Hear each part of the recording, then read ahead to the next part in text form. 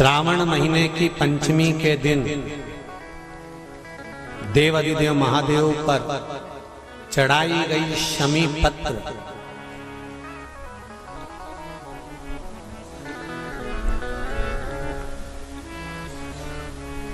शंकर भगवान पर चढ़ाई गई शमी पत्र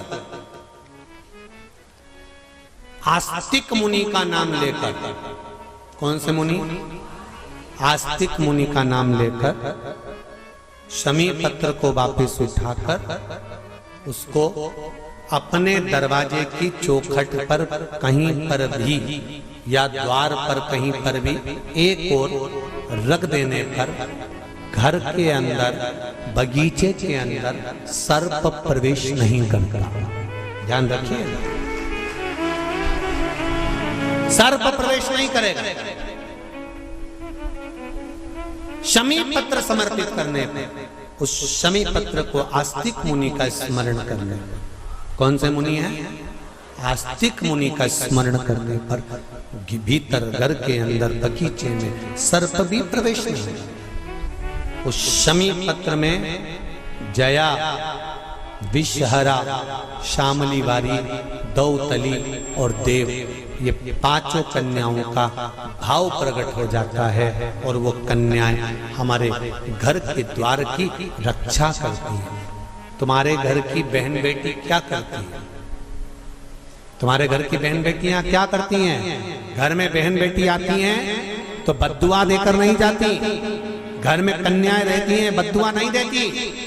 घर की बेटियां जब दरवाजा छोड़कर शादी कर वाले दिन, विदाई के दिन अगर जाती भी हैं तो बेटियां हाथ में धान भरकर फेंक कर जाती हैं कि मेरा मायका खूब फले फूले आगे बढ़े। छापे लगाकर चली जाती हैं कि हमने हमारी जीवन की सारी दौलत, जीवन का सारा सुख अपने मायके में दे दिया है। वो बेटियां होती हैं। तो जया, विषहरा, शामली बारी, दौतली, देव, ये उस घर में निवास करती हैं जिससे ये घर में हम रक्षा कर सकें, रक्षा कर सकें। श्रावण शिव महापुराण की कथा में, कल की कथा में एक वर्णन आएगा, उसको ध्यान से सुनिए।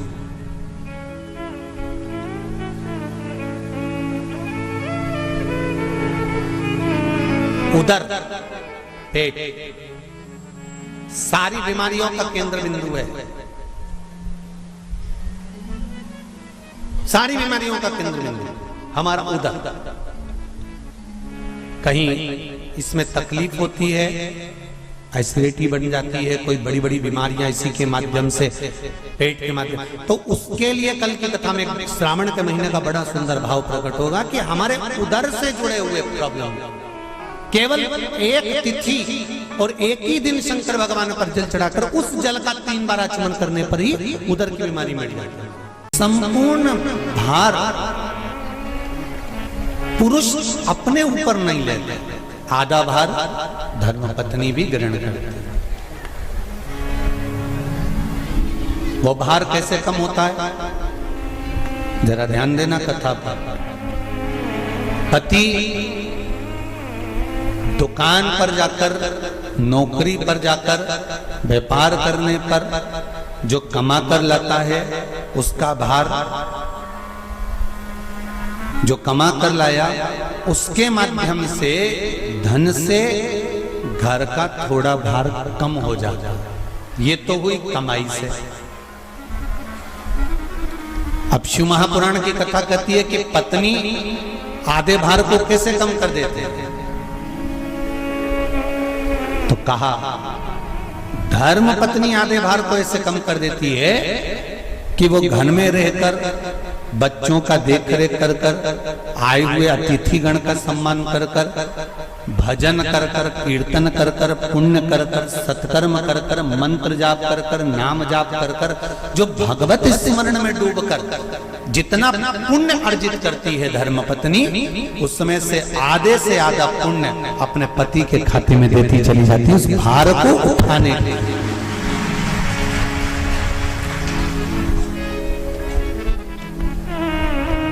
उस भार को उठाने में आधे से ज्यादा भार धर्मपत्नी अपने व्रत, अनुष्ठान, मंत्र, साधना, तप, उपवास आदि के माध्यम से काट देती। एक बात और याद रखिए, श्रावण के महीने में सारे व्रत आते हैं, बहुत सुंदर सुंदर। छोटी तीज का व्रत भी आ जाता है, बड़ी तीज का व्रत भी आ जाता है। दुबे जी, छोटी तीज भी आएगी, बड़ी तीज भी आएगी, और अच्छे से अच्छे व्रतों का क्रम रामकिशोर जी बीच बीच में श्रावण, भादो, कुंवार, कार्तिक में आते रहे। ये 4 महीना जो व्रत आते हैं, इन व्रतों की मूलता क्यों कही गई है? ये सारे व्रत चतुर्मास के अंतर्गत ही आते हैं, इन व्रत को बाद में भी आ जाना चाहिए, पर नहीं। मूल जो व्रत हैं, पूजन है, अनुष्ठान है, देवी देवताओं के जो पूजन के भाव बताए, कोई चतुर्मास में बताए। इसका कारण क्या है? क्यों चतुर्मास के व्रत की महत्वता होती है? तो कहा,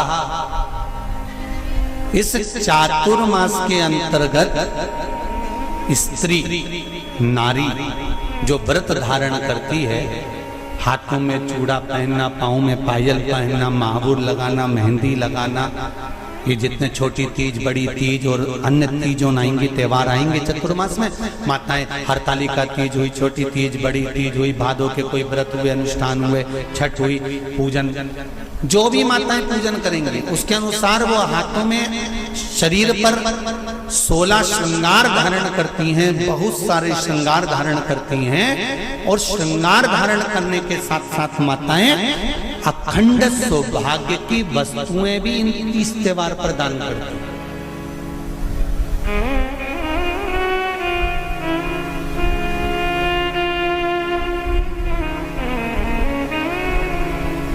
जो अखंड सौभाग्य की सूचक, जो अखंड सौभाग्य की वस्तुएं वो देने का प्रयास करते हैं, दान। क्यों जीजियो, एक बात बताओ, जितने भी माताएं कथा सुन रही हैं और जितने फेसबुक यूट्यूब पर सुन रहे हैं और जितने आस्था चैनल पर सुन रहे हैं, श्रावण के महीने की श्रावण शिव महापुराण की कथा सुन रहे हैं, एक बात दिल से बताना, जितनी सौभाग्यवती माताएं होती हैं, ये संक्रांति पर भी 13 चीजें दान करती हैं, 14 चीजें दान करती हैं। बीच में कोई 16 सोमवार का उद्यापन करेंगी तो भी सुहाग की सामग्री देंगी, उद्यापन करेंगी तो भी सुहाग की सामग्री देंगी, कोई कार्य करेंगी तो भी सौभाग्य की सामग्री देंगी। सौभाग्य की सामग्री का दान क्यों किया जाता है? सौभाग्य सूचक वस्तुओं का दान क्यों किया जाता है? सौभाग्य की वस्तुएं क्यों प्रदान करी जाती है, क्यों दी जाती है? उसका कारण क्या है?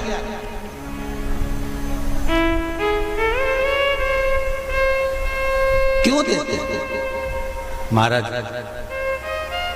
भारत की भूमि की सौभाग्यवती माताओं का एक मन की अभिलाषा रहती है, भारत की भूमि की माताओं की एक अभिलाषा रहती है कि जब उसके प्राण छूटे तो अखंड सौभाग्य धारण करके पति के कंधे पर और पुत्र के कंधे पर शमशान पर।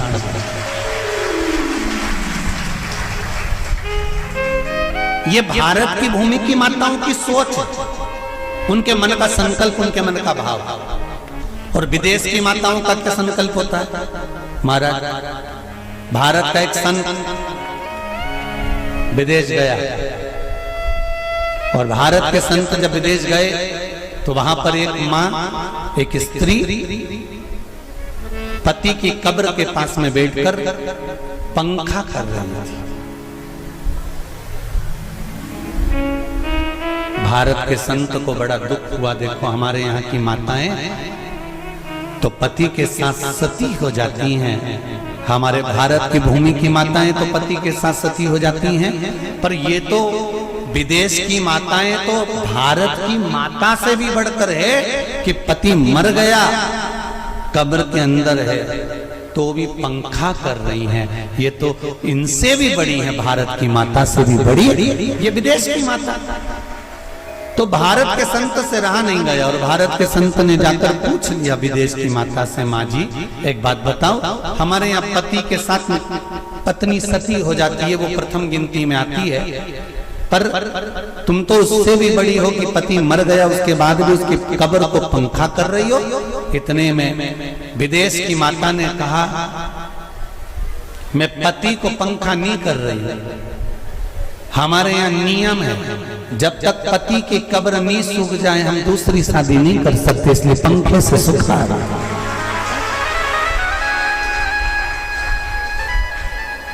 इसलिए पंखे से सुखा रही है। मेरे भारत की माताओं में और विदेश की माताओं में अंतर है साहब। मेरे भारत की माताएं अखंड सौभाग्य की वस्तुएं धारण कर कर अपने आप को गौरवान्वितता महसूस करती हैं और विदेश की माताएं ये सब वस्तुएं उतार कर गौरवान्वितता महसूस करती हैं।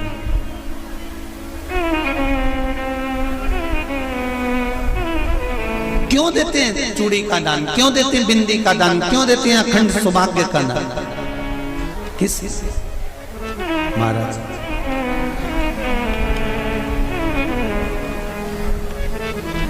मेरे हाथों में भर भर के चूड़ी रहे, मेरे हाथों में भर भर के चूड़ी और मैया कोई काम नहीं, मेरे मस्तक पे चमकती चूनर रहे, मेरे मस्तक पे चमकती चूनर रहे और मैया कोई काम नहीं, मेरी मांगों में भर भर के सिंदूर रहे, मेरी मांगों में भर भर के सिंदूर रहे और मैया कोई कामना नहीं, मेरे पाँव में बिछुड़ी का जोड़ा रहे, एक बिछुड़ी नहीं, कितनी? 2, 3, 4, 5, एक एक पाँव में जोड़े से बिछुड़ी होना चाहिए, केवल एक नहीं, सिंगल नहीं। वो तो आजकल का फैशन हो गया महाराज, जो केवल एक बिछुड़ी धारण कर लो उसी में फैशन दिखे। श्रावण की शिव महापुराण की कथा कहती है जब बेटी को विदा करा जाता है और पहली बार बेटी के पांव में जब बिछुड़ी डाली जाती है तो वो बिछुड़ी भी अलग अलग नहीं होती, उस बिछुड़ी के जोड़ को चेन से एक दूसरे से बंधा हुआ होता। बोला सही है कि गलत है?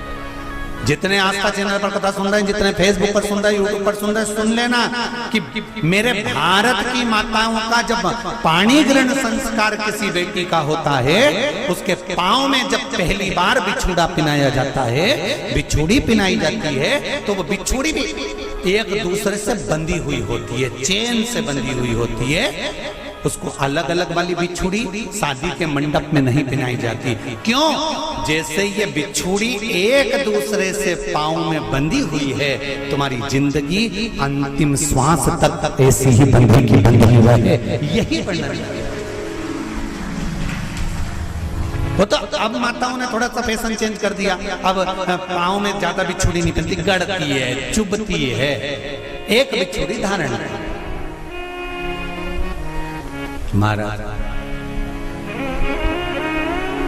पर नहीं, बिछुड़ी भी दो हो, जोड़े से। हमारी माताएं, भारत की भूमि की जो माताएं हैं, ये चूड़ी भी हाथ में पहनती है तो जोड़े से पहनती है। बोलो जैसा सही है कि गलत है?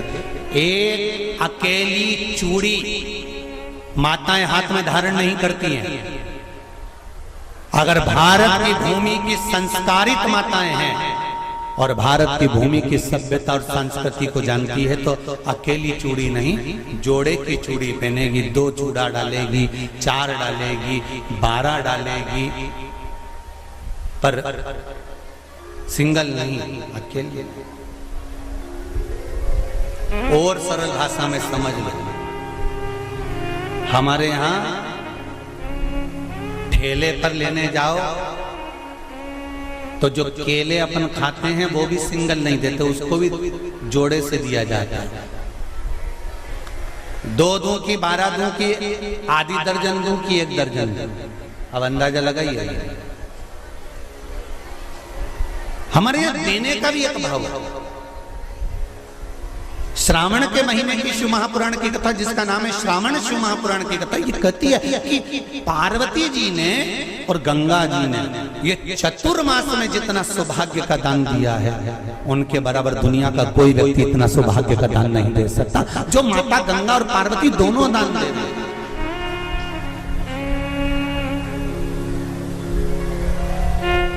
प्रतिदिन दे रहे हैं। और अब तो फैशन आ गया, तुम लोगों जो सौभाग्य का दान देते हो प्लास्टिक की डलिया में देते हो, पर एक एक पुराण को उठा कर देख लेना, एक एक उद्यापन को उठा कर देख लेना, जितनी तुम कथा तुम्हारे घर में छोटी छोटी कथाओं की पोथियां पड़ी हो उनको उठा कर देख लेना, उसमें नहीं लिखा कि प्लास्टिक की डलिया में सौभाग्य की वस्तु का दान दिया जाता है। उसमें लिखा है बांस की पिटारी में, बांस की डलिया में सौभाग्य की वस्तुओं का दान दिया गया। क्यों? क्योंकि बांस वंश की वृद्धि करता है, बांस सौभाग्य की वृद्धि करता है, और बांस अखंड सौभाग्य, जैसे बांस का पौधा बढ़ते चले जाता है, बढ़ते चले जाता है, उसी तरह बांस की डलिया में जब दान दिया जाता है, बांस की टोकनी में जब दान दिया जाता है, तो ये भाव रखा जाता है कि तुम्हारा सौभाग्य ऐसे ही बढ़ता रहे। पर अब थोड़ा सा फैशन चेंज हो गया तो प्लास्टिक की डलिया, पर प्लास्टिक की नहीं। महाराज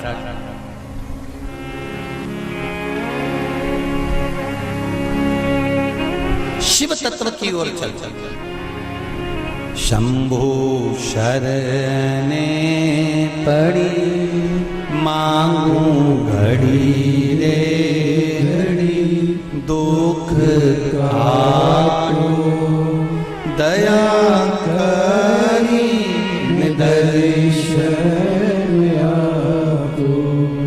तो गंगा मैया और पार्वती मैया चतुर्मास के अंतर्गत जो त्योहार पड़ता है, चतुर्मास के अंतर्गत जो व्रत पड़ते हैं, ये किसी दूसरे के नहीं है। तीज का व्रत माता पार्वती का, छठ का व्रत माता पार्वती का, चतुर्थी का व्रत माता पार्वती का, ये सारे व्रतों की शुरुआत गंगा और पार्वती ने अपने बल से। बोलो हर हर महादेव। ये अपने बल से बनाना, अपने बल से।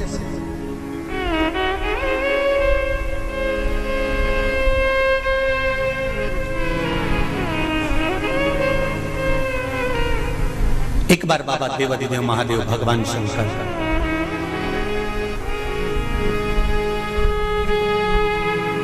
भोलेनाथ नंदी को लेकर निकले,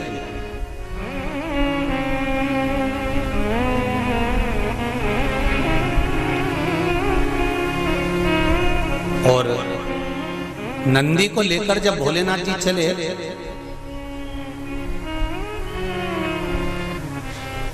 बीच मार्ग में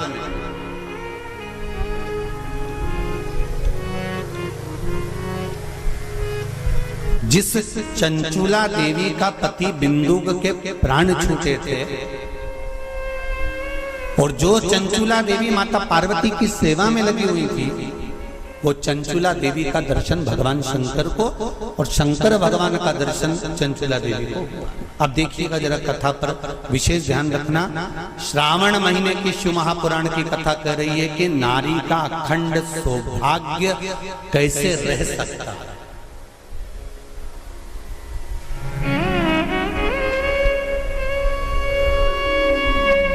अपने घर के बच्चों को, अपने घर की बेटियों को, बेटों को अपने घर की बहुओं को, अपने परिवार को कैसे एकजुट कर कर एक साधना में रखा जा सकता है, वो शिव महापुराण।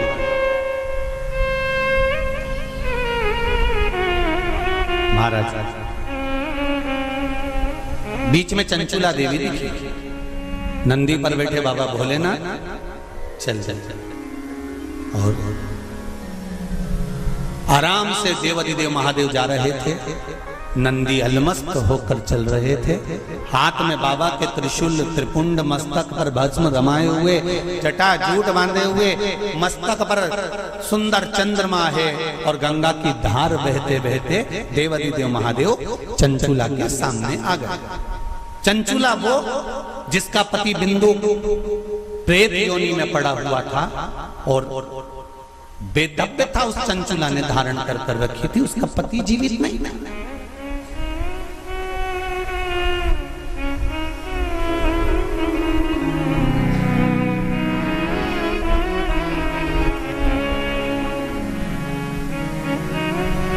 हाथ जोड़े चंचुला देवी ने,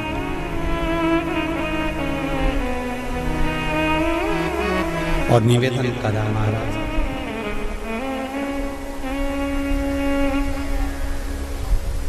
हे भोलेनाथ, हे त्रिकालदर्श, हे शिव, अरे वो काशी रेवण वाले की,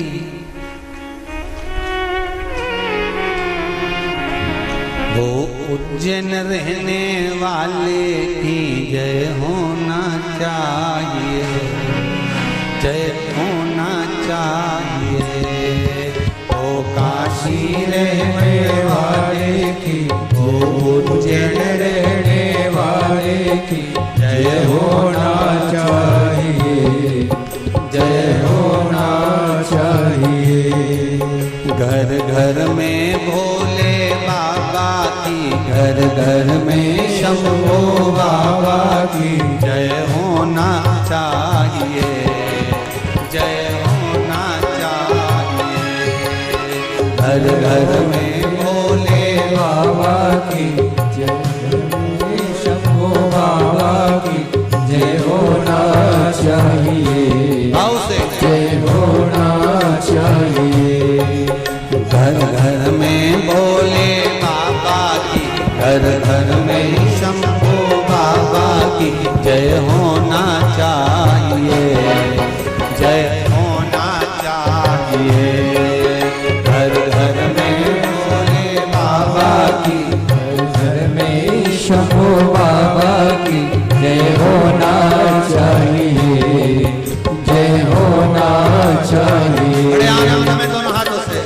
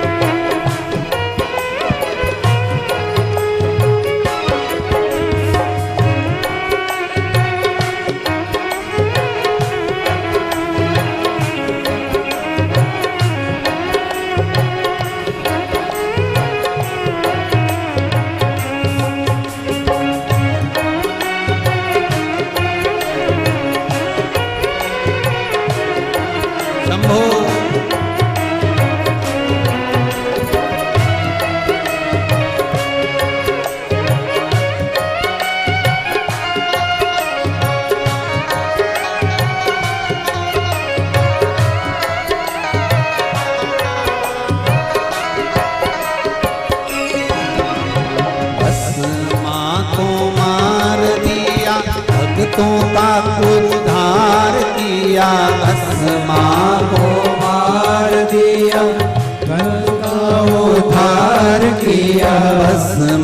को मार दिया, भक्तों का उद्धार किया। भस्मा को मार दिया, भक्तों का उद्धार किया। वो भस्मा मारण वाले की, वो भस्मा मारण वाले की, वो भस्मा मारण वाले की, वो भस्मा मारण वाले की जय होना चाहिए, जय होना चाहिए। वो भस्मा मारण वाले की जय होना चाहिए, जय होना चाहिए। घर घर में भोले बाबा की, घर घर में शंभू बाबा की जय होना चाहिए, जय होना चाहिए। घर घर में भोले बाबा की, घर घर में शंभू बाबा की जय होना चाहिए, जय होना चाहिए। शंभो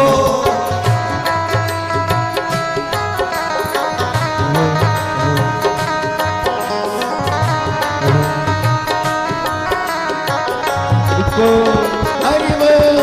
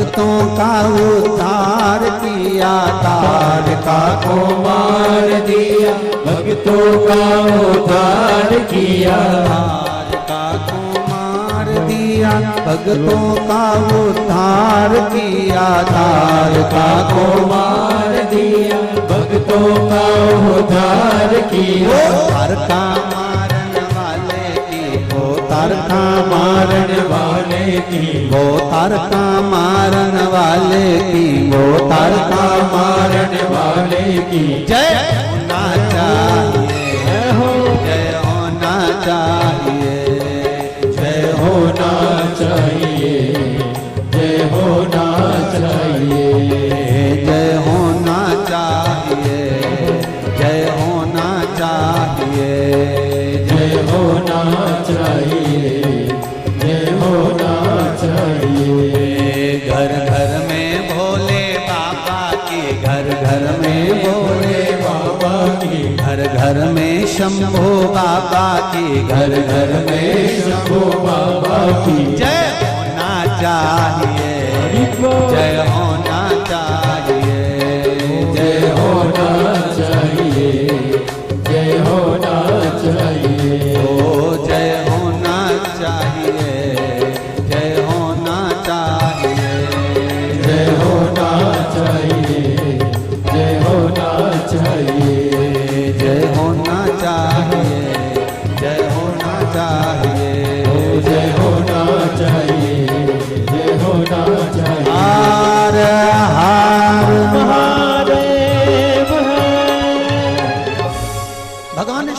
का जय हो महाराज। उसकी कृपा बिना संसार में कोई कार्य नहीं।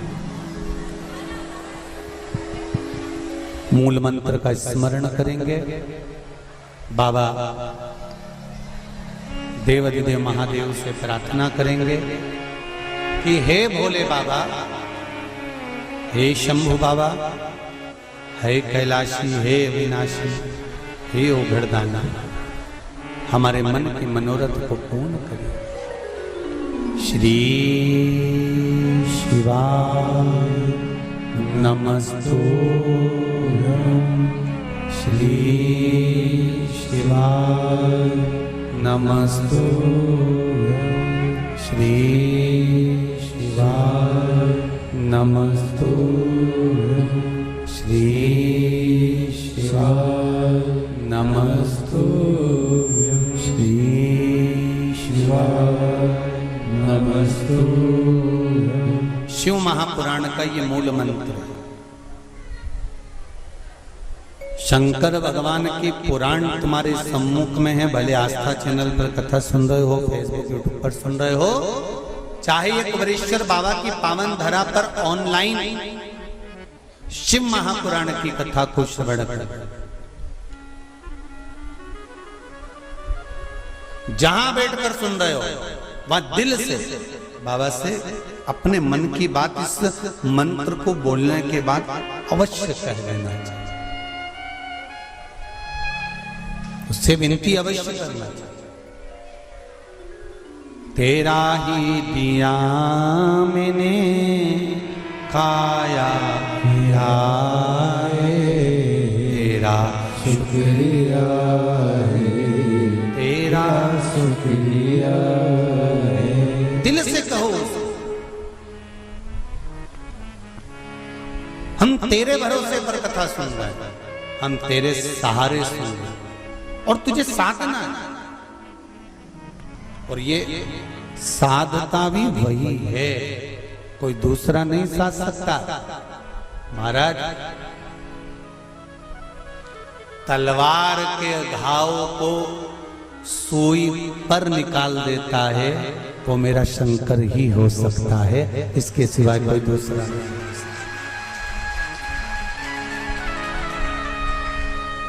तलवार के घाव को अगर सुई पर निकाल रहा है तो वो शिव है। जो हादसा हुआ पूर्णिमा पर, वो अगर दिन में होता तो ये तलवार का घाव जैसा नहीं होता, पर निकाल दिया सुई के घाव पर, सुई पर। ये शिव है, कोई दूसरा नहीं। ये शंकर है, कोई दूसरा नहीं। वो कुबेरेश्वर महादेव है, साधारण नहीं हो सकता। भक्ति अविरल हो,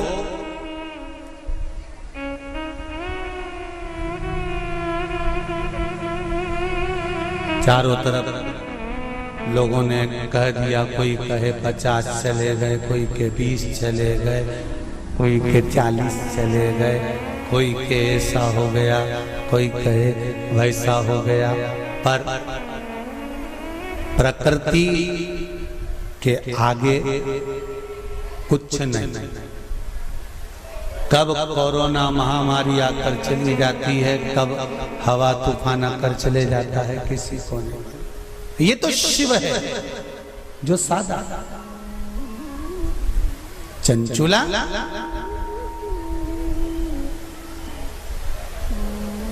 आपने मेरा मार्ग क्यों रोक दिया? भगवान देवाधिदेव महादेव ने पूछा।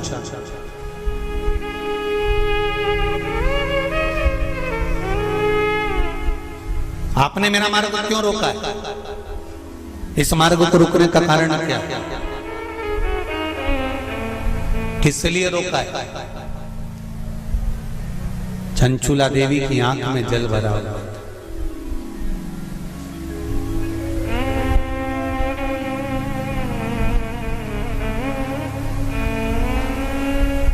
मैं बेधब्य हो गई हूं।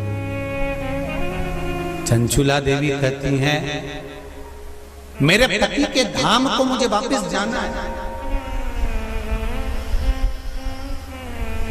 जिस लोक में मेरा पति रहता है मुझे उस लोक में जाना है। शंकर भगवान ने एक बात बड़ी सुंदर कही चंचुला देवी को, आपको मालूम है? चंचुला,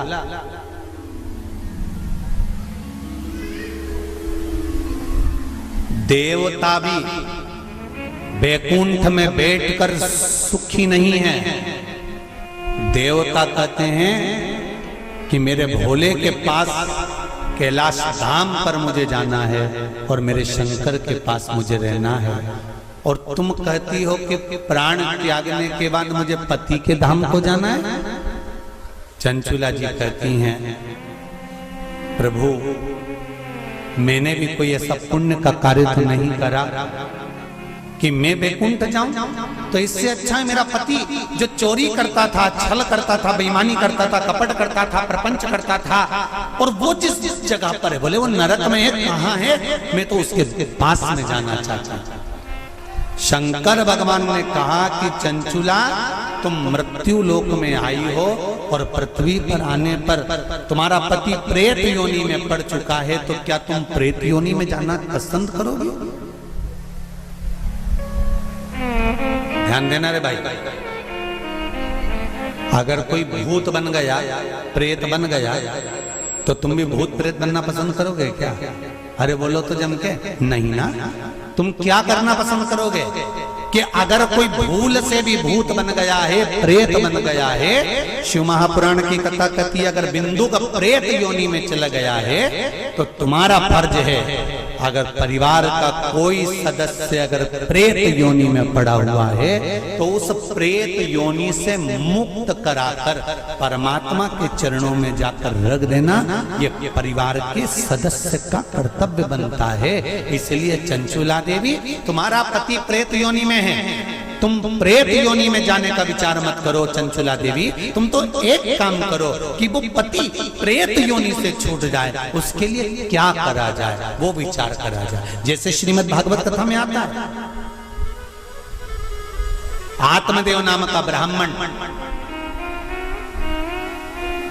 जिसके घर में संतान नहीं, पुत्र हुआ, धुंधकारी नाम रखा, सखी के घर से लेकर।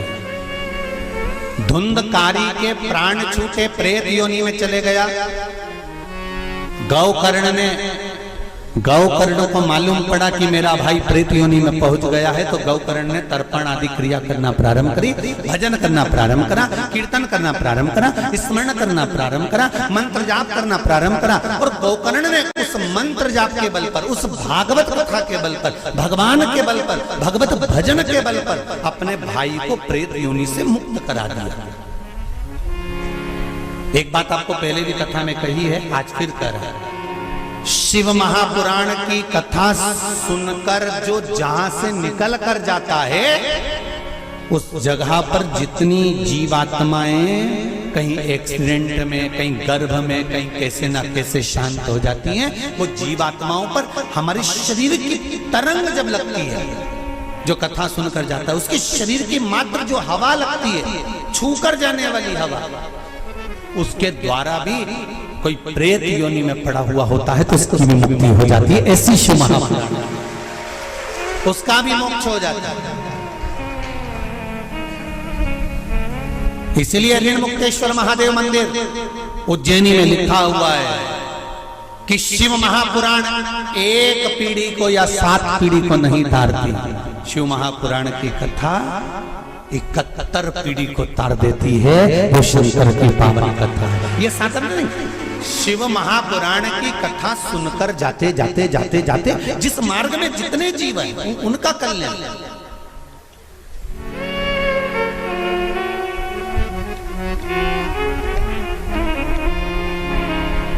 इतना तो करना स्वामी जब प्राण तन से मरना निश्चित है, प्राण छूटेंगे ये निश्चित है, कब छूटेंगे ये पक्का पता नहीं, किसकी कितनी उम्र है ये मालूम नहीं है।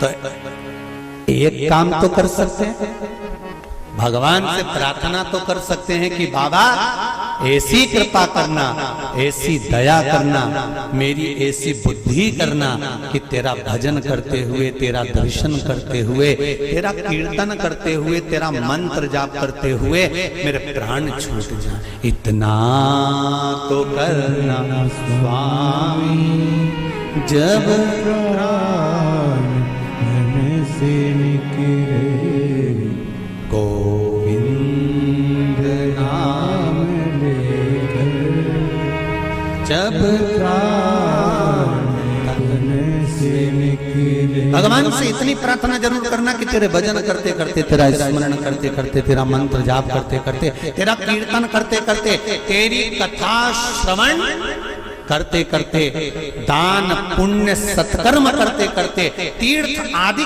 करते करते, गंगा का स्नान, यमुना का स्नान, सरयू का स्नान करते करते, सारी पुरियों का स्नान करते, पूजन करते करते मेरे प्राण तेज में समा जाए। इससे बढ़कर कोई सुख जीवन का नहीं हो सकता, इससे बढ़कर कोई आनंद नहीं हो सकता।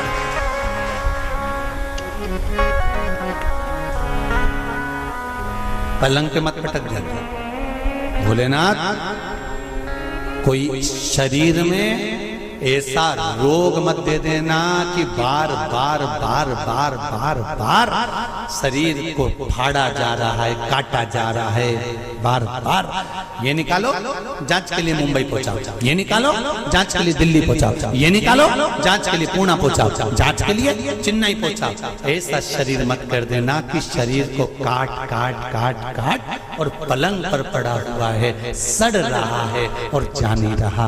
बाबा इतनी कृपा कर देना, पलंग पर मत पटकना, चलते फिरते तेरा भजन करते करते तेरे धाम को चली जाऊं, इससे बढ़कर कोई सुख नहीं होगा। तेरे धाम को चली जाऊं, इससे बड़ा जाना निश्चित, पर तेरे भजन के बल पर।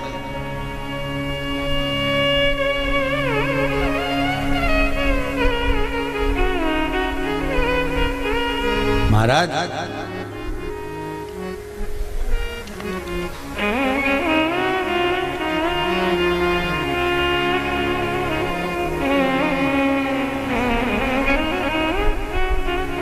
चंचुला देवी से भगवान शंकर कह रहे हैं कि तुम कहती हो कि मेरे प्राण छूट कर मैं पति लोक में जाऊं, जहां पर मेरा पति रह रहा है।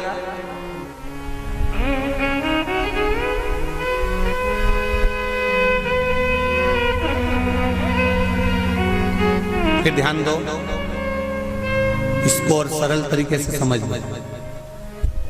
पति मदिरा की दुकान पर बैठ रहा है और पत्नी अपनी सास से कह दे मैं तो वही रहूंगी जहां मेरा पति रह गया है। जम के तो बोलो जहां मेरा पति रह रहा मैं तुम्हारा रहूंगी। पति मदिरा की दुकान पर बैठा है, मदिरा का नशा कर रहा है, तो क्या पत्नी वहां जाकर नशा करेगी? अरे बोलो जम के नहीं। शिव महापुराण का ये संवाद याद रखना। शंकर भगवान चंचुला देवी से कह रहे हैं पति के लोक नहीं, पति अगर प्रेत योनि में पड़ा है तो उस योनि से छुड़ाकर शिव लोक में पति को लेकर आ और खुद भी शंकर की शरणागति ग्रहण कर ले। पत्नी धर्म पत्नी वो होती है, धर्म पत्नी वो होती है।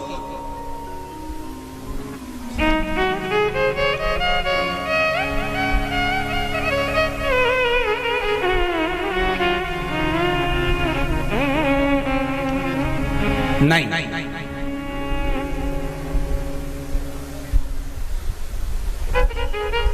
तुम अगर मदिरा की दुकान पे बैठोगे तो मैं भी बैठूंगा, तुम जुआ खेलोगे तो मैं भी खेलूंगी, तुम वैश्यावृत्ति करोगे तो मैं भी करूंगा। ये धर्म पत्नी का तरीका नहीं है। धर्म पत्नी का तरीका है कि पति अगर मदिरा की दुकान पर बैठा है तो तू कुछ ऐसा कर्म कर जिसके बल पर तेरा पति मदिरा की दुकान छोड़ दे, वो अलग मदिरा पीना ही छोड़ दे, वहां से छुड़ाकर अच्छे कर्म की ओर।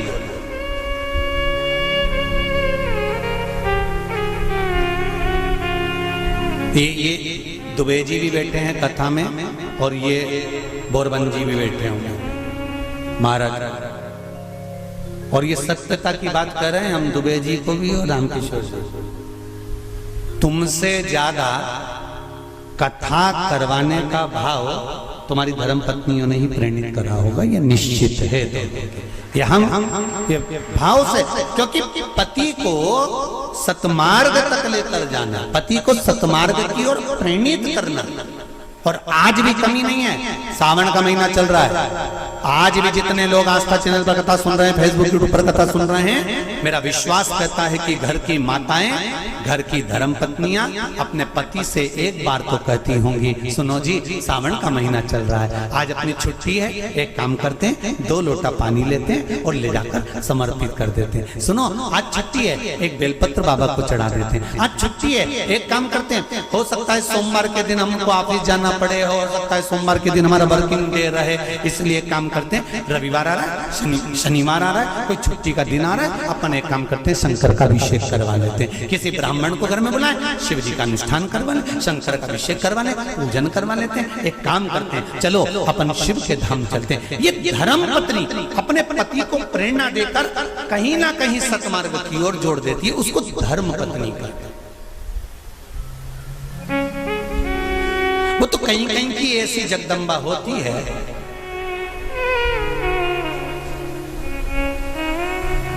पति अगर गलत भी करता है ना तो वो कभी नहीं कहती कि तुमने गलत काम कर कर, क्योंकि वो सोचती नहीं है ना, वो तो अच्छा है।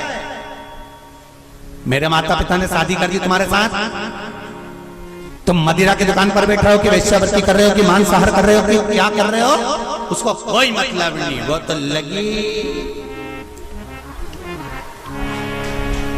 उसे कोई मतलब नहीं कि ये कहां जा रहा है कि क्या कर रहा है। पर जो दिल से चाहता है, धर्म पत्नी अगर पति को हृदय से, उसका नाम ही धर्म पत्नी है, हमने पत्नी नहीं बोला, हम धर्म पत्नी कर, धर्म पत्नी होगी। पति अगर गलत कर रहा होगा तो उसको मार्ग से खींच कर लेकर,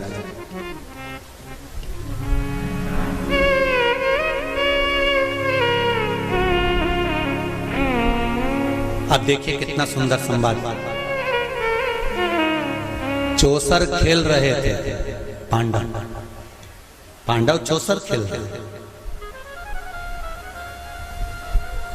द्रौपदी से पूछा गया, क्यों द्रौपदी तुम्हारे पति जुआ खेल रहे थे और तुमने उसको मार्ग नहीं दिखाया, सतमार्ग नहीं बताया, तुम धर्म पत्नी हो द्रौपदी, सतियों की गिनती में आता है तुम्हारा नाम, और तुम तुम्हारे पतियों को गलत मार्ग से निकाल कर नहीं लाई। द्रौपदी कहने लगी, मुझे तो मालूम ही नहीं था।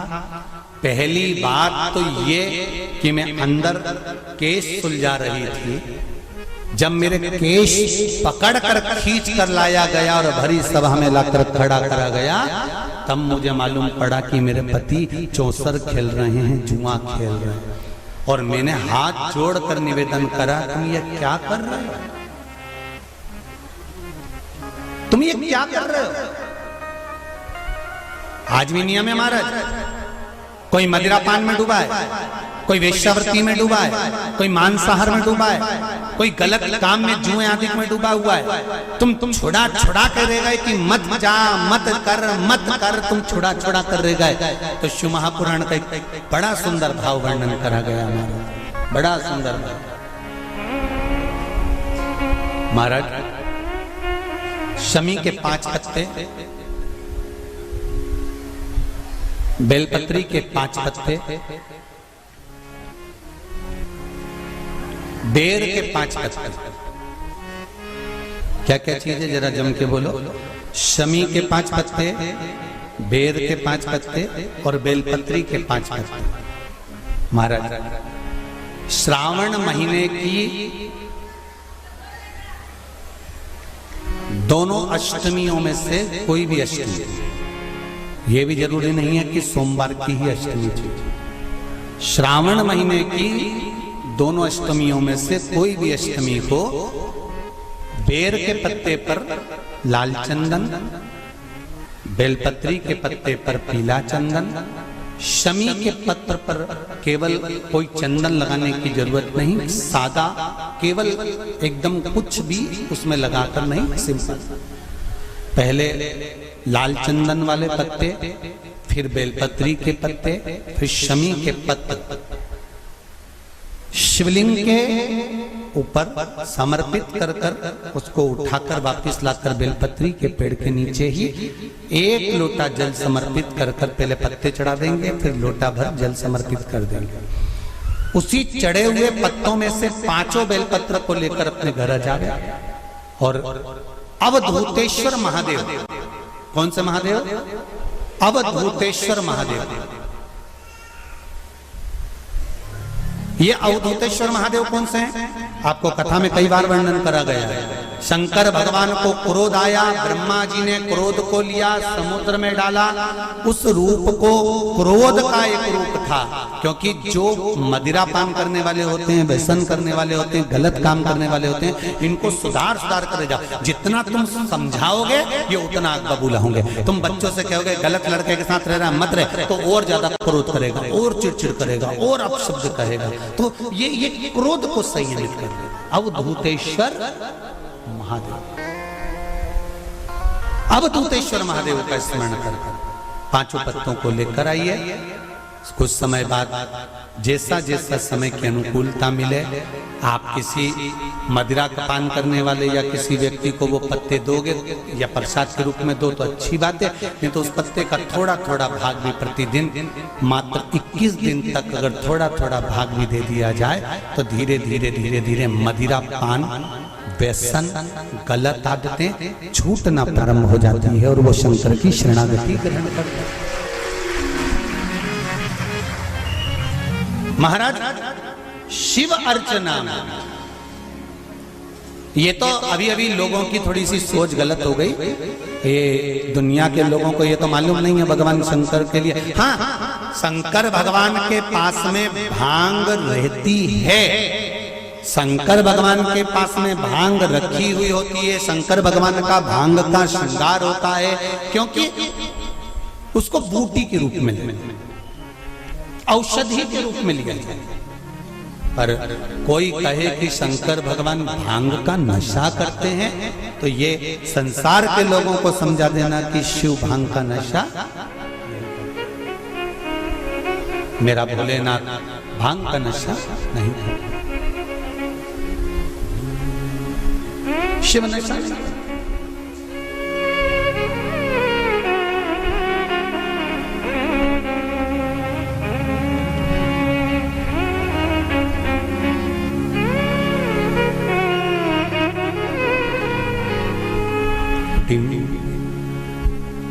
महाराज शिव भांग का नशा, शंकर औघड़ी, मेरा भोलेनाथ औघड़ दानी, और मेरा शिव जब औघड़ी, मेरा शंकर जब भोलेनाथ औघड़ी, जितनी वस्तुओं को धारण करता है ये सब औषधि के रूप में प्रयोग में होते हैं, सब औषधि।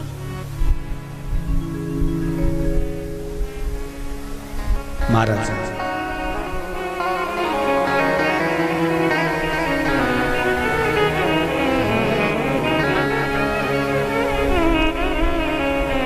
डिम डिम डमरू बजावेला हमार जोगिया, ओ हमार जोगिया। डिम डिम डमरू बजावेला हमार जोगिया, हमार जोगिया।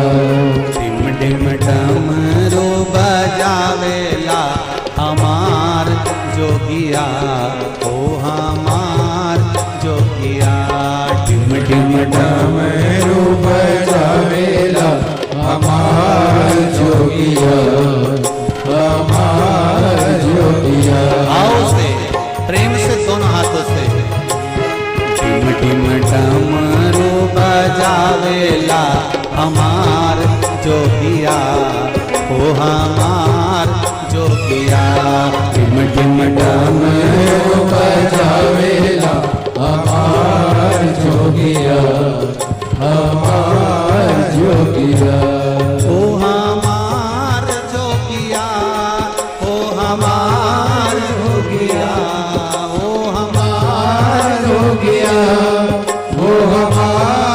जोगिया ढिम ढिम डमरू बजावेला हमार जोगिया ओ हमार जोगिया ढिम ढिम डमरू बजावेला हमार जोगिया हमार जोगिया जय हो।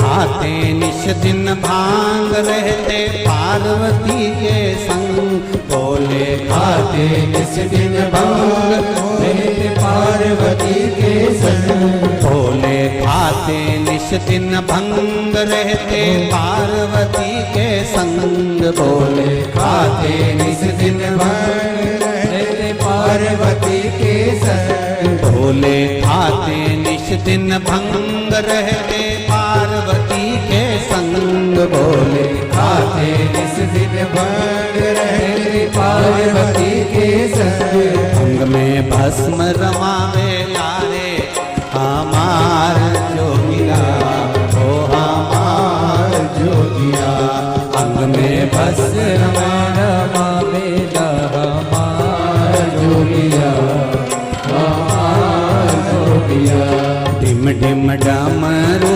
बजावेला हमार जोगिया ओ हमार जोगिया ढिम ढिम डमरू बजावेला हमार जोगिया हमार जोगिया ओ हमार जोगिया ओ हमार जोगिया ओ हमार जोगिया ओ हमार जोगिया ढिम ढिम डमरू बजावेला हमार जोगिया ओ हमार जोगिया ढिम ढिम डमरू बजावेला हमार जोगिया हमार जोगिया आओ से दोनों हाथों से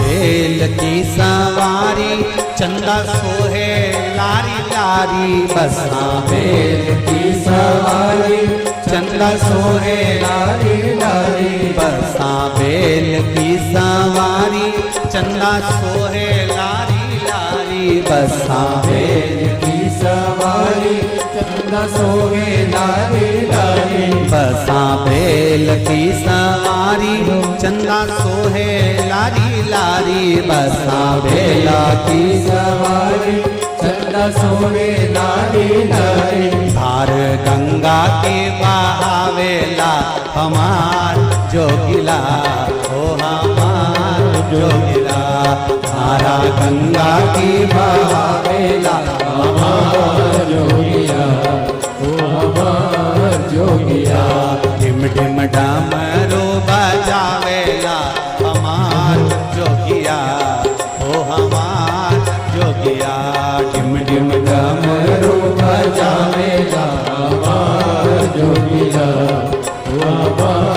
जोगिया जय हो।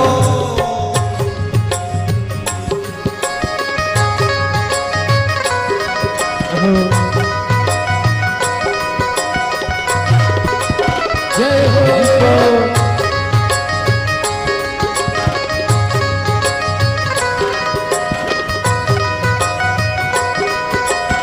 शंभो।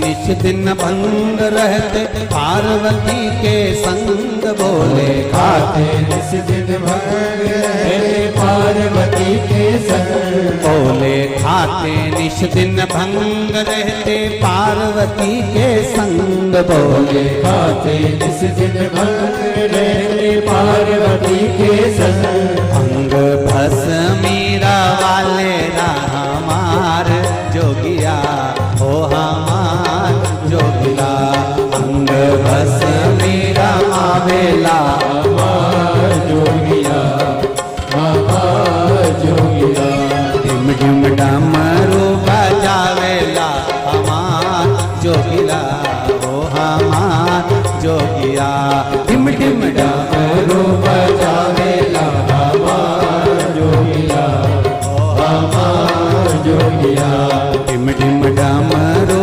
बजावेला हमार जोगिया हो हमार जोगिया ढिम ढिम डमरू बजावेला हमार जोगिया हमार जोगिया हमार जोगिया हो हमार जोगिया ओ हमार जोगिया हमार जोगिया हमार जोगिया हो हमार जोगिया हमार जोगिया हमार जोगिया हमार जोगिया हो हमार जोगिया हमार जोगिया हर हर महादेव भगवान शिव की कथा कर रही है। पार्वती मैया शिव जी के संग है। द्रौपदी 5 पतियों को देख कर कहती हैं कि तुमने ये गलत कर दिया। उनको नहीं मालूम। और महाराज श्री शिवाय नमस्तुभ्यं श्री शिवाय नमस्तुभ्यं श्री शिवाय नमस्तुभ्यं श्री शिवाय नमस्तुभ्यं हर हर महादेव। शिव कथा कर रहे हैं महाराज। भगवान शंकर का अनुमोदन कर रहा है, स्मरण कर रहा है। कथा कहती है यदि गलत मार्ग पर पति गया है तो उसको सत मार्ग पर लेकर आए।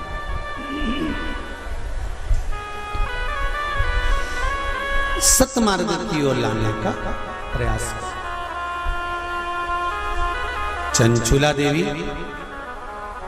आपका पति प्रेत योनि में पड़ा हुआ है और आप कहती हो कि प्रेत योनि में मुझे जाना है, पति के लोक में मुझे जाना है। ये श्रेष्ठ नहीं। गलत मार्ग पर कोई चला गया है तो उसको सत मार्ग पर खींच कर लाने का काम किसका है? जम के बोलो जरा।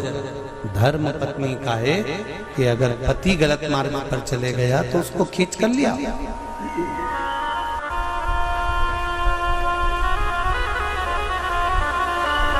यदि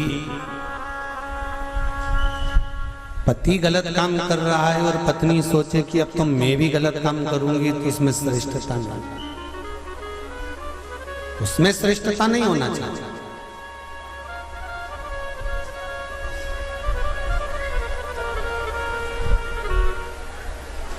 अब मेरे उघड़दानी मेरे भोलेनाथ ने कहा, चंचुला तुम्हारा पति प्रेत योनि में पड़ा हुआ है, केवल एक धर्म पत्नी ऐसी होती है जो पति को प्रेत योनि से भी छुड़वा सकती है। श्रावण शिव महापुराण की कथा बड़े ध्यान से सुनना मेरी जीजियों, स्मरण करिएगा जरा कि धर्म पत्नी में वो बल होता है कि पति को प्रेत योनि से भी छुड़ाकर बाहर कर सकती है धर्म पत्नी। धर्म पत्नी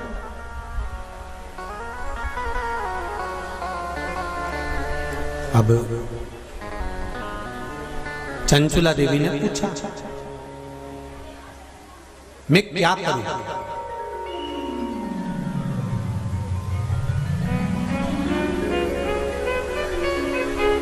शंभो शरणे मां घड़ी दुख कारो दया करी निदर्शन आपो। चंचुला देवी पूछ रही है कि मुझे करना क्या है। पति को प्रेत योनि से कैसे मुक्त किया जा सकता है? ध्यान से सुनना रे भाई। कई लोग कहते हैं कि श्राद्ध पक्ष आ गया, ये कर लेना चाहिए तो प्रेत योनि से मुक्ति हो जाएगी। पितरों की शांति के लिए ये कर लेना चाहिए तो पितृ मुक्त हो जाएंगे। पहले तो एक बात अच्छे से समझ लो, पितृ मुक्त नहीं होते, उनकी शांति होती है। क्या होती है? जम के बोलो जरा। उनकी शांति होती है। जब आप किसी तीर्थ में स्नान कर रहे हो, जब आप किसी तीर्थ में हो, स्नान कर रहे हो, पुण्य कर रहे हो, सत्कर्म कर रहे हो, भजन कर रहे हो, कीर्तन कर रहे हो, मंत्र जाप कर रहे हो, तो उसका एक अंश, एक भाग हमारे पूर्वजों के खाते में, हमारे पितरों के खाते में जाता है, उनके खाते में पहुंचता है, ये निश्चित है।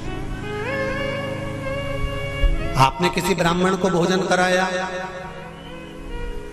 भले अपने पितरों के निमित्त नहीं जिमाया, कोई ब्राह्मण को एक गिलास पानी पिलाया, भले अपने पितरों के निमित्त नहीं पिलाया, पर आपका एक अंश उसके खाते में चला जाएगा। उससे क्या होगा? पितरों की शांति। और समझ लो, गया जी में पिंडदान कर देने से क्या पितृ मुक्त हो जाते हैं? बद्रीनाथ जाकर कपाल क्रिया करने से क्या पितृ मुक्त हो जाते हैं?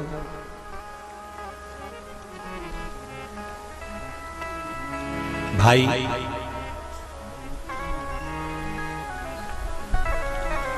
गया जी जाना तो वहां के पंडा जी से पूछना, हम यहाँ पिंड दान कर देंगे तो क्या वो मुक्त हो गए?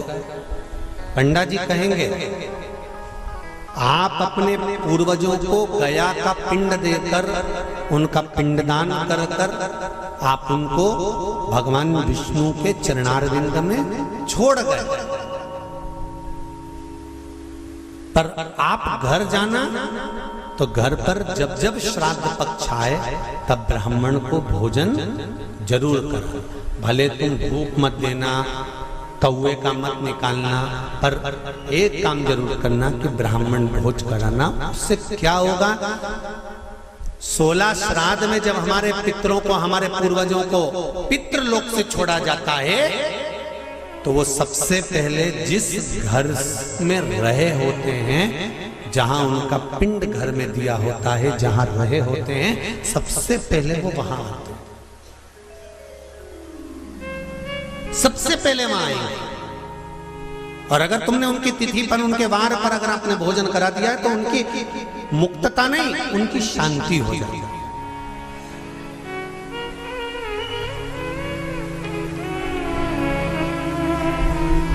पितरों की मुक्ति कैसे है, उनकी मुक्तता कैसे है, प्रेत योनि की मुक्तता कैसे है?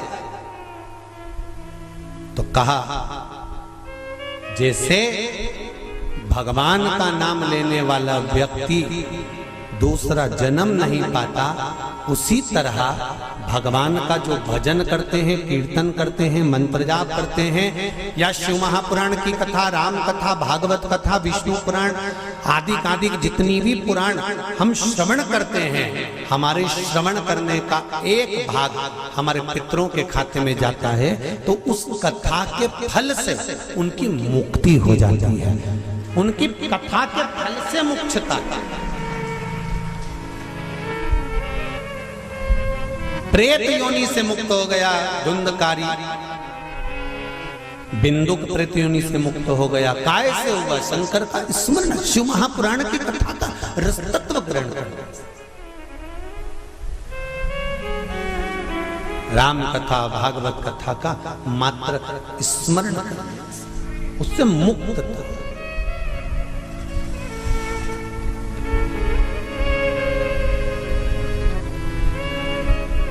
श्राद्ध पक्ष में, चाहे चातुर्मास के अंतर्गत श्रावण का जो महीना चल रहा है, इस श्रावण के महीने में आप जो भगवान शंकर को 2 लोटे से जल चढ़ा रहे हो, 2 लोटे नहीं हो, घर में 2 कलश नहीं हो, तो कलश के ऊपर एक कटोरी भी रखकर लेकर 2 कटोरी से आपने अगर जल समर्पित करा है, इसका एक अंश हम पहले भी कथा में कह कर आए हैं कि आप शंकर भगवान को जब जल चढ़ाते हो, शंकर भगवान को जब जल समर्पित करते हो, उसका एक अंश घर में रहने वाले प्रत्येक मनुष्य के, प्रत्येक जीव के खाते में चला जाए।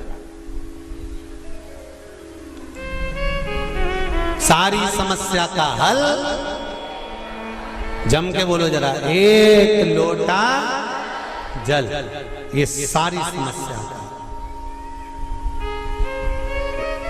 भगवान शिव कह रहे हैं, चंचुला तुम प्रेत योनि में मत जाओ, अपने पति को प्रेत योनि से खींचकर कैलाश धाम लेकर आ जाओ। इसको धर्म पत्नी कहते हैं, जो पति से कह दे कि तुम गलत काम कर रहे हो, ठीक है वो अपनी जगह पर धर्म पत्नी का फर्ज है कि वो गलत काम करने वाले पति को भी धर्म का पथ निश्चित करे, धर्म का। तेरा ही दिया मैंने खाया पिया है, तेरा शुक्रिया है, तेरा शुक्रिया है। चंचुला देवी ने पूछा कि मेरे पति को प्रेत योनि से छुड़ाकर आपके चरणों में लाने का तरीका क्या है? उसका तरीका है क्या? तो कहा उसका केवल एक तरीका है। भगवान शंकर कहते हैं, एकाग्र चित्त होकर कोई अगर मेरा गुणगान करे,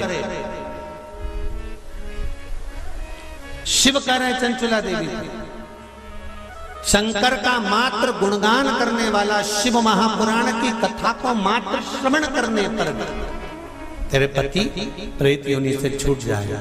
चंचुला देवी ठहाका लगाई, हंसी, मुस्कुराई।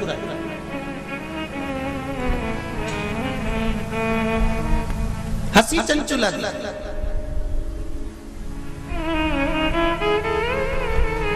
अब देखिए, कोई व्यक्ति समझा रहा है, आपकी सास बहू को समझा रही है और बहू सिर पर पल्लू लेके न ठाका लगाकर खूब जोर जोर से हंसे, तो ईमानदारी से बोलो सास को गुस्सा नहीं आएगा? कैसी पगली है, अकल क्या सब बेच खाई इसने। मैं समझा रही हूं और ये ठिठोली बना रही है। मैं इसको समझा रही हूं और ये मेरे ऊपर हंस रही है। सास बहू को समझाए और बहू खूब ठाका लगा लगा कर हंसे तो सास को बुरा लगता है। शंकर भगवान के सामने चंचुला देवी हंसी, पर मेरे शिव जी को बुरा नहीं लगा। क्यों? शंकर भगवान कहते हैं कि ये मनुष्य का शरीर जो मिला है ना, 60 साल 50 साल 70 साल 80 साल 90 साल 40 साल, आजकल उम्र की कोई सीमा है क्या? 100 वाले 90 वाले तो बहुत कम मिलेंगे साहब। जितने भी मिलेंगे आप कहीं पर भी सूचना पाओगे 65 का था, 70 का था, 72 का था, 80 की तो बॉर्डर कबड्डी जैसे छूके आते हैं कहीं कहीं के। 80 85 और 90 की बॉर्डर तो कबड्डी जैसे छूके आते हैं। कहीं कहीं के होते हैं जो तू करते करते वहां तक पहुंचते हैं और 80-90 की उम्र को छू के फिर आते। नहीं तो आज का जमाना तो 70 हो जाए, 80 70 75 70 75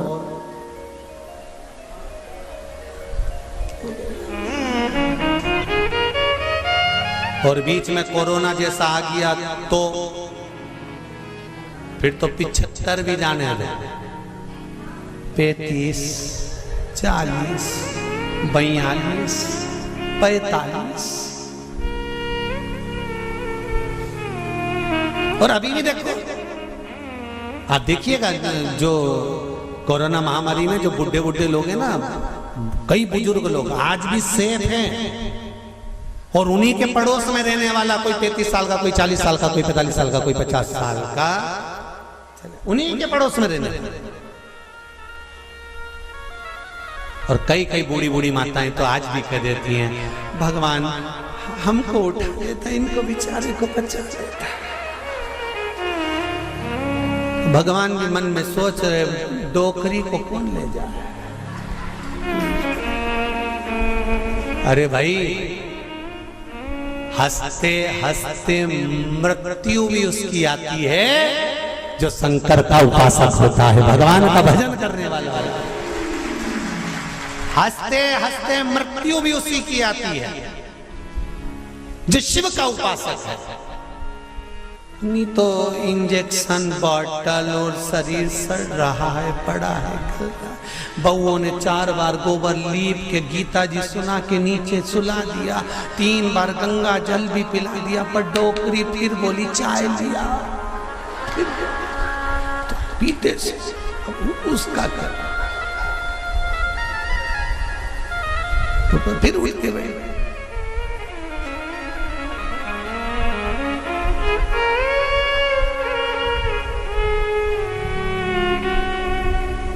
अरे भाई, तुमको अगर बगीचे का सबसे सुंदर फूल पसंद है, तुम एक से बढ़कर एक बगीचे में गए पर फूल वही तोड़ते हो जो तुम्हें पसंद आता है।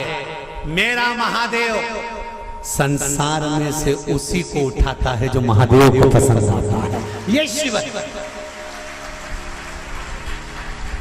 जो महादेव को पसंद आता है, नहीं उठाएगा जब तक।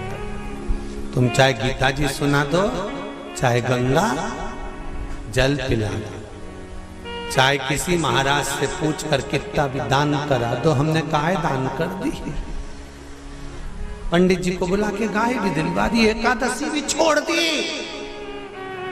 पर ये नहीं छूटी।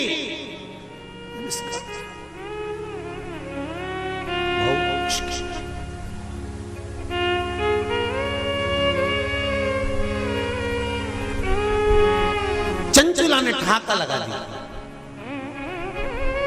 नंदी पर मेरे भोलेनाथ है, मेरे शंकर नंदी पर विराजमान।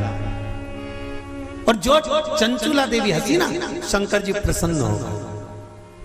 सास समझाए बहू को और बहू हंसते जम के, तो सास को बुरा लग जाता है। मेरे महादेव को मुस्कुराने वाले पसंद हैं, वो कभी बुरा नहीं मानता कि कौन हंसा, उसको मुस्कुर। इसलिए आपको कथा में कहा, आपके पास में अगर एक लोटा जल नहीं है, बेलपत्र नहीं है, आपके पास में चावल का दाना नहीं है, फूल नहीं है, तो क्या कहा था? शंकर जी के मंदिर में जाना और उसको देखकर एक स्माइल कर कर मुस्कुरा कर भी आ जाना। शंकर जी भी समझेंगे इतना दुख इसकी जिंदगी में है, तो वो भी मुस्कुरा रही है, तो पार्वती जी भी कह देगी चिढ़ा रही है। काय का मुस्कुरा रही है? वो चिढ़ा के कह रही है कि दुख तुमने दिया है तो मिटाओगे भी तुम, इसलिए मैं मुस्कुरा रही हूं कि मेरे दुख को मिटा देना। जैसी प्रसन्न होकर मैं आई हूं तुम्हारे मंदिर में, ऐसी प्रसन्न कर कर भेजना, ऐसी प्रसन्न।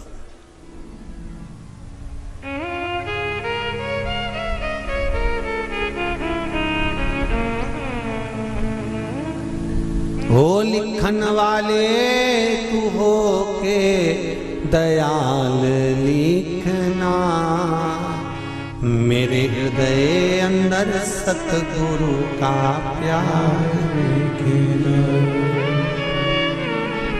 हाथों पे लिखना सेवा गुरु की, पाँव पे गुरु जी का द्वार लिखना, मेरे हृदय अंदर सतगुरु का प्यार लिखना।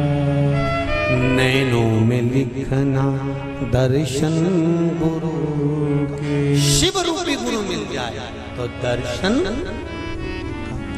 होठों पे शिव जी का नाम लिखना, मेरे हृदय अंदर सतगुरु का प्यार लिखना। इन शब्दों में मेरे गुरु शिव रूपी गुरु का नाम, शंकर का नाम, इससे ज्यादा मुझे कुछ नहीं चाहिए, इससे ज्यादा मुझे कुछ नहीं चाहिए। चंचुला देवी हंस ली, मुस्कुराई, ठाका लगाया, शंकर जी को पसंद आया। अब और अच्छी बात सुन लो, बहुत अच्छी बात है, श्रावण शिव महापुराण में मिली है। वो तो ये दोनों जजमान थोड़े दमदार अच्छे मिले हैं ना, तो कथा का भी एक आनंद श्रावण के महीने में मिल रहा है। जरा देखिए, जरा सुनिएगा। सारे राक्षसों की कथा निकाल लो तुम आज घर पे जाकर, रावण को निकालना। जब जब राम के सामने आता था तो ठाका लगाता था कि नहीं लगाता था? बोलो जम के सही है कि गलत है? कंस कृष्ण भगवान के सामने आता था तो ठाका लगाता था कि नहीं लगाता था? जाने दो। पूतना, तृणावर्त, अघासुर, बकासुर, इनको भी, और जितने जितने जितने जितने तुम राक्षस निकाल सकते हो, तारकासुर, भस्मासुर, रावण, ये जितने जितने असुर हुए, इन सब को देख लो। भस्मासुर, ये सब, और भी तुम जितने सीरियल निकाल सकते हो, नाटक, उनमें देखना। देवी मैया रक्त बीज को मारने जा रही है, रक्त बीज हंस। महिषासुर को मारने जा रही है, महिषासुर हंस। एक दो बार तो माता देवी मैया को भी थोड़ा टेंशन हुआ कि मैं इसको मारने जा रही है, हंस क्यों रहा? रावण मरने जा रहा था और मुस्कुरा रहा था, हंस रहा था, ठहाका लगाकर। आज भी रावण जलता है ना, जब कौन से मैदान में? अरे जम के तो बोलो। रावण मर के चले गया पर प्रॉपर्टी आज भी रह गई उसकी।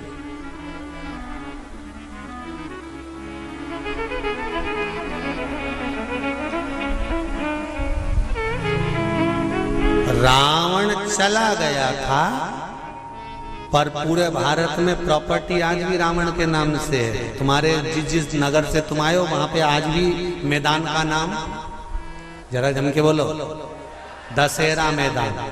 तुम्हारे यहाँ राम जी की प्रॉपर्टी राम जी को सिद्ध करने में सालों लग गए थे। अयोध्या मेरी है। और रावण लंका में रहने के बाद भी भारत में के चले गए, यह दशहरा मैदान मेरा है। तुम्हारे नगर में कोई राम मैदान है?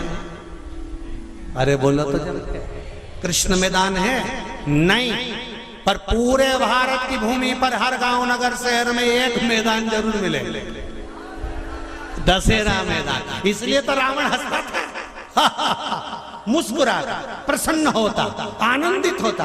तो किसी ने रावण से पूछा, क्यों रे तू तो निपट गया, फिर प्रॉपर्टी भारत में क्या कर रही थी?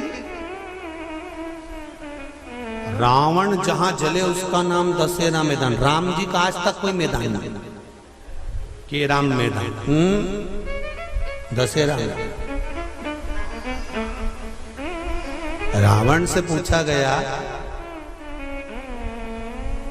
कि ये तेरा मैदान आज तक क्यों है? रावण बोला, ये मेरे मुस्कुराने का कमाल है। ये मैं जो मुस्कुराता था ना, उसमें मेरा भोलेनाथ कायल हो जाता था। बस इसीलिए कहते मुस्कुराने में सब कुछ छुपा हुआ, सब कुछ। अब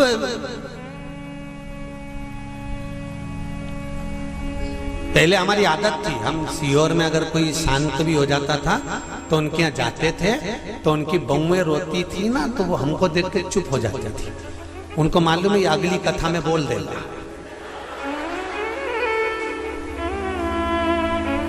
तो बहुएं चुप हो जाती थी हमको देख के। उनकी डिजाइन नहीं तो कई बहुएं ऐसी अल्ला अल्ला के रोती थी, सांस मर जाए तो खूब अल्ला अल्ला के रोए, ऐसी रोए, ऐसी रोए। तो मन में बाद में तो आता ही था कि बताओ, हमको काकी मिली थी और पहले कह रही थी कि मैंने 3 दिन से इनसे कह रही कि मेरे को गर्म चाय दे दिया करो। जब बेटों की चाय बनती है तब मुझे चाय देने आती है, तब तक चाय भी नहीं देती। और आज अल्लाह अल्लाह के रो रही हम। तो बोलो याद आएगी कि नहीं आएगी? तो अब रोने से कौन सा फायदा है? इसीलिए निवेदन है, 25 लाख की गाड़ी में बैठने वाले भी एक दिन 25 रुपए के लोटे में भर के गंगा जी चले जाता।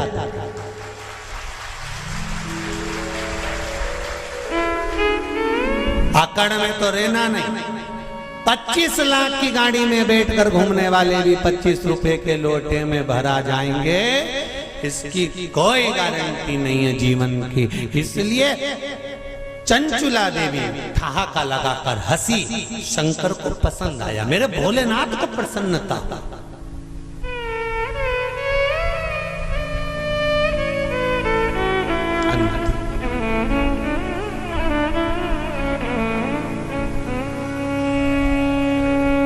मृत्यु की घड़ी में मौत तुम्हारे सामने खड़ी है और तुम्हारे चेहरे पर स्माइल होगी ना, तो यमराज भी टेंशन में आ जाएगा कि ये हंस क्यों रही है।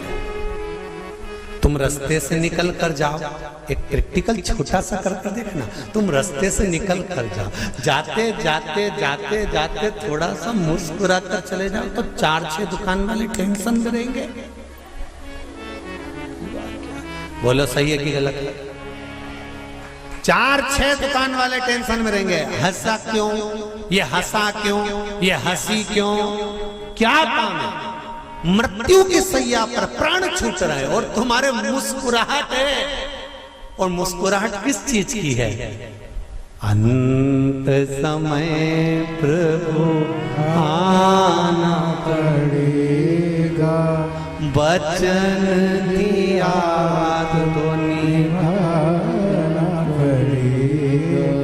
आए ना आए प्रभु कुटुंब कबीला, अंत समय भोले आना पड़ेगा। कोई आए ना आए, अंत समय पर मेरा महादेव आए। अंत समय पर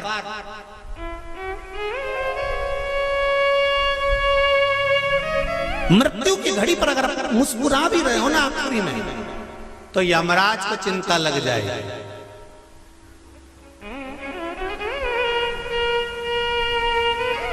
और सरल समझ लो, लिफाफा देने स्टेज पे चढ़े दूल्हा दुल्हन को, और उन दोनों को देख के एकदम जम के हंस गए। दोनों टेंशन में जाए। दो पत्नी पति से कहे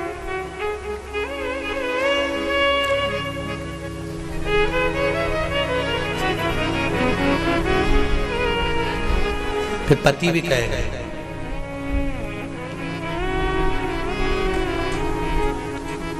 फिर धीरे से कानाफूसी होगी, ये हंसा क्यों?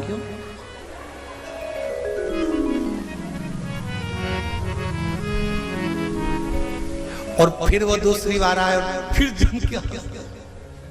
तो पूछोगे कि नहीं पूछोगे? इधर आ रहे हो बेरू, इधर इधर ये बता कि तू स्टेज पे आता है और बहुत तेज हंस के जाता है, बात और टेंशन दोनों को है, बात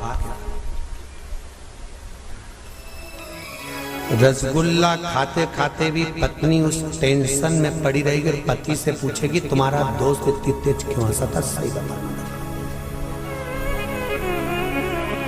पति पत्नी को गुलाब जामुन पहले बता, वो हंसा क्यों, ठाका क्यों लगाया? अंत समय में अगर चेहरे पर प्राण छूटते समय भी मुस्कुराहट होगी तो यमराज भी शंकर जी के पास जाकर पूछेगा कि इस मुस्कुराहट का कारण क्या है। शंकर जी कह देंगे ये मेरा भक्त है, मुस्कुराता रहे, इसके चेहरे पर मौत में भी जो प्रसन्न रह गए वो संत, वो साधु, वो सन्यासी, वो तपस्वी ही हो सकता है।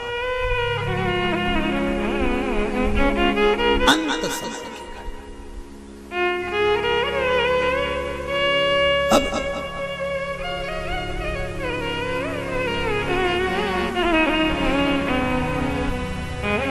शिव जी को टेंशन नहीं हुआ, शंकर भगवान को बड़े प्रसन्न हुए। शिव जी ने कहा सोचा मन में इतना अच्छी बात है, आज चंचुला मुस्कुराई है, ठाका लगाकर हंसी है। चंचुला से पूछा तो क्यों हंसी है, तेरे हंसने का कारण क्या है, मुस्कुराने का कारण क्या है? चंचुला देवी कहती है मेरे मुस्कुराने का एक कारण है, आप अगर मुझे मार्ग बताते हैं कि पति के लोक नहीं जाना है तो मैं पति के लोक नहीं जाना चाहती। ये बताओ कि मेरे पति को इस कैलाश पर आपके चरणों में कैसे लाया जा सकता है?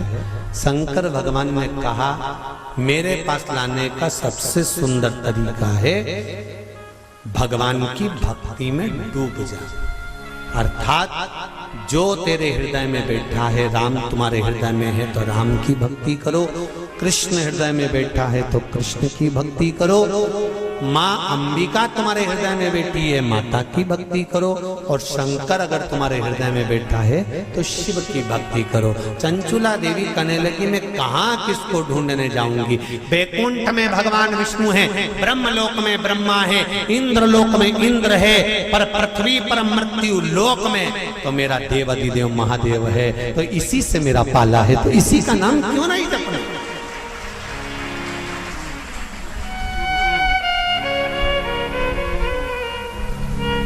मैं शिव का नाम क्यों ना जपूं? महाराज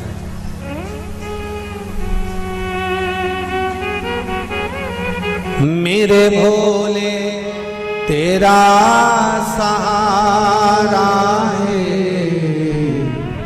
मेरी नैया का तू किनारा है।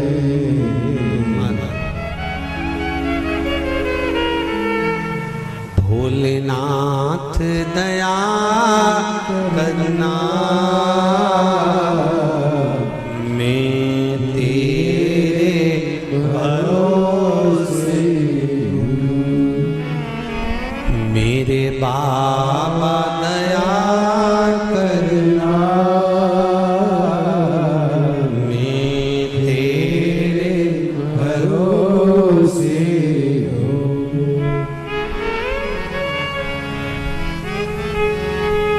भरोसे हैं भाई। कोई किसी का साथ नहीं देता, साथ देने वाला केवल एक होता है, वो देव अधिदेव महादेव होता है। कोई साथ नहीं देगा।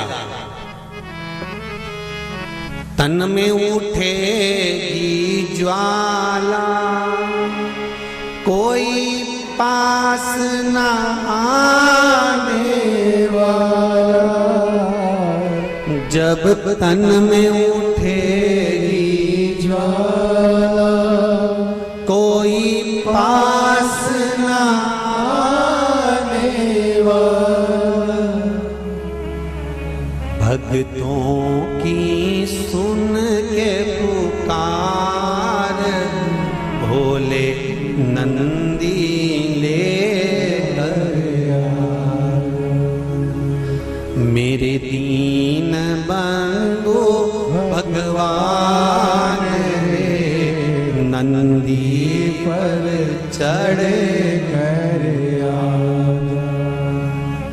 जब आए मरण का मौका, कहीं हो ना जाए धोखा। जब आए मरण का मौका, कहीं हो ना जाए धोखा। मेरे प्राण छूटे भोलेनाथ, तुम नंदी ले आजा। मेरे प्राण छूटे भोलेनाथ, तो तुम नंदी कर आजा। मेरे दीन बंधु भगवान रे, नंदी पर चढ़ कर आजा। जब आए मरण का मौका, कहीं हो ना जाए धोखा। जब आए मरण का मौका, कहीं हो ना जाए धोखा। मेरी सैया छूटे भोलेनाथ, तो तुम नैया ले कर आजा। मेरी सैया छूटे भोलेनाथ, तो तुम नैया ले कर आजा।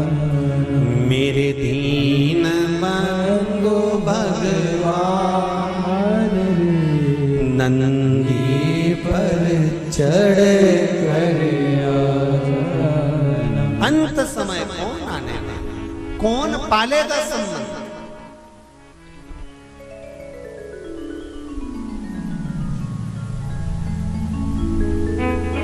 संत कहते हैं, तेरा तेरा दिन याद करे, क्यों रे नर सुमिरन क्यों न करे। कितने दिन, केवल तेरा, बाकी के दिन नुकती झड़े, क्यों रे नर सुमिरन क्यों न करे। बाकी के समय तो खूब नुकती सेव, गुलाब जामुन, भजिया, पकोड़ा, आलू चना की सब्जी और रायता खूब चरे।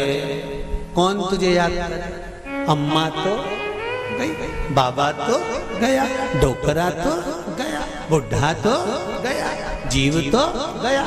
कौन याद करेगा। याद किया जाएगा जो तुमने भजन करा, जो तुमने स्मरण करा, जो तुमने दान करा, जो तुमने पुण्य करा, वो तुम्हारे साथ गया।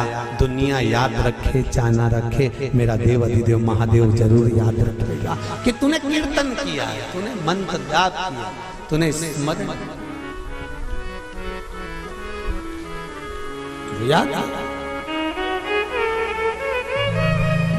चंचुला कह रही है भोले बाबा शंभुनाथ, हे त्रिकालदर्शी, है कैलाशी, है अविनाशी,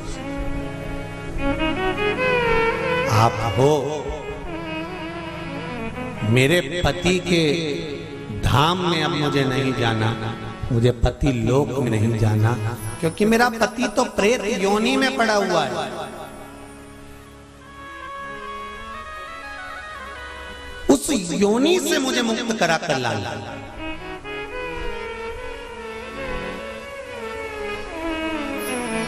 उस योनि से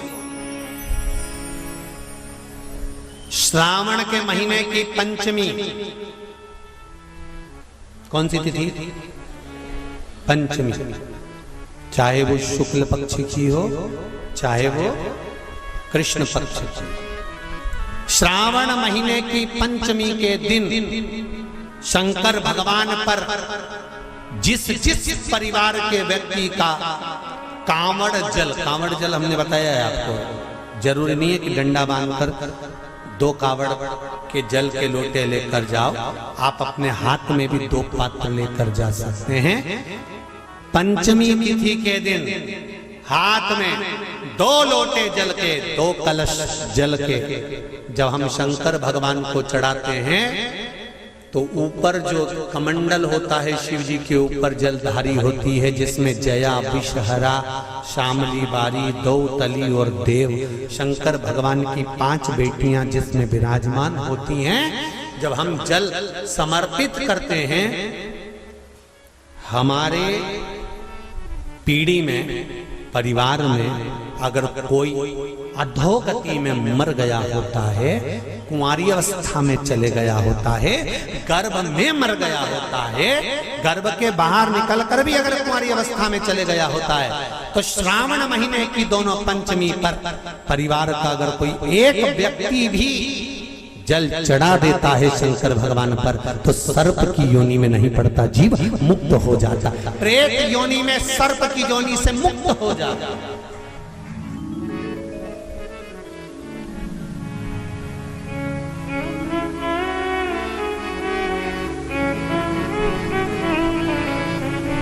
महाराज,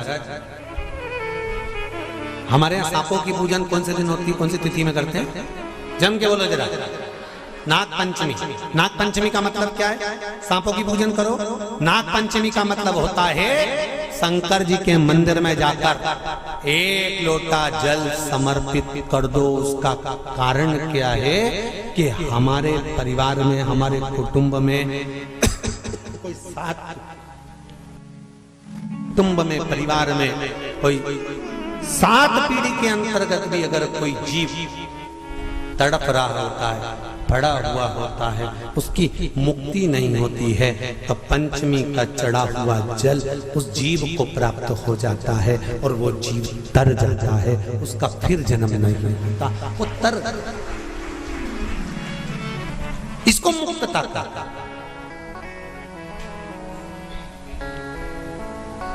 इसको मोक्ष का।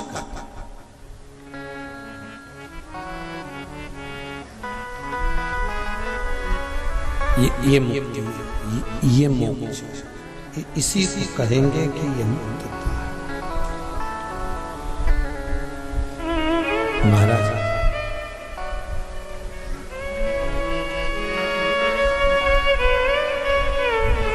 चढ़ाते हो आप लोग पंचमी के दिन,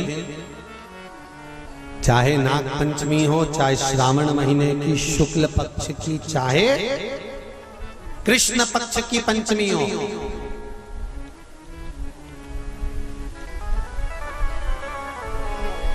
शिव जी पर जल चढ़ाया गया।